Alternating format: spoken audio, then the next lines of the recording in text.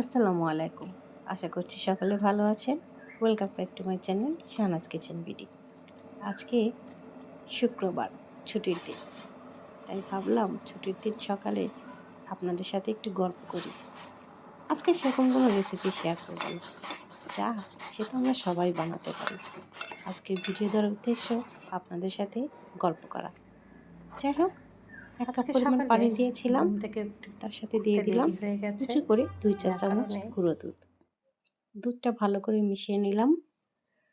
যখন দুধটা ভালো করে মিশে বলক উঠে গেল, তখন এখানে দিয়ে দিলাম ১ চা চামচ রং চিনি। চাটা খেতেই বেশি প্রেফার করি। তারপরে আজকে মনে হলো যে একটু দুধ চা খাই। সবসময় এক ধরনের চা খেতে একঘেয়েমি লাগে, তাই না বলুন? তাই মাঝে মাঝে দুধ চা খাই। চিনিটা ভালো মতো গলে গেলে যখন দুধে খুব ভালো করে বলক উঠবে, সেই পর্যন্ত একটু অপেক্ষা করতে হবে। যদিও দুধ চাটা আমার খুব পছন্দের, কিন্তু এটা হেলদি নয় বলে এটা খাওয়ার অভ্যাস এখন কষ্ট হলেও ত্যাগ করেছি। এখন প্রতিদিনই রং চা খাই, আর মন চাইলে মাঝে মাঝে দুধ চা খাই। আপনারা কি চা খেতে পছন্দ করেন তা কমেন্টস বক্সে জানাবেন।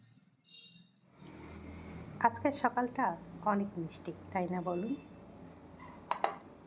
চারিদিকে রোদে ঝলমল করছে।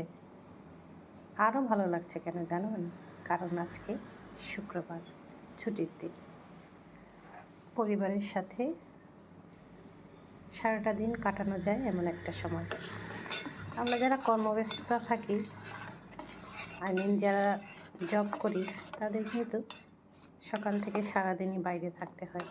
পরিবারের সাথে সময় কাটানোর মতো এরকম সময়টা আসলে পাওয়া যায় না।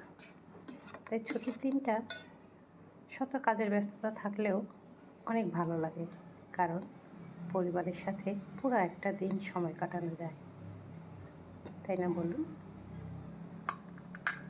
এই যে দেখুন, দেখতে দেখতে আমার চা বানানোটাও হয়ে গেল।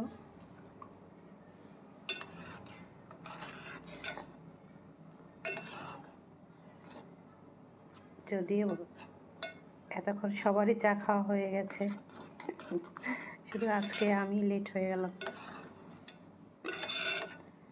যাই হোক, সকলের সারা বেলা খুবই খুবই ভালো কাটুক। পরিবারের আপনজনদের নিয়ে খুব ভালো একটা সময় কাটুক সবার। শুক্রবার, ছুটির দিন, আনন্দের দিন,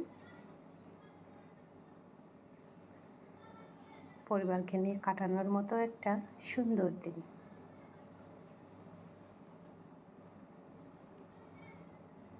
দেখুন, আমার চা বানানো হয়ে গেছে।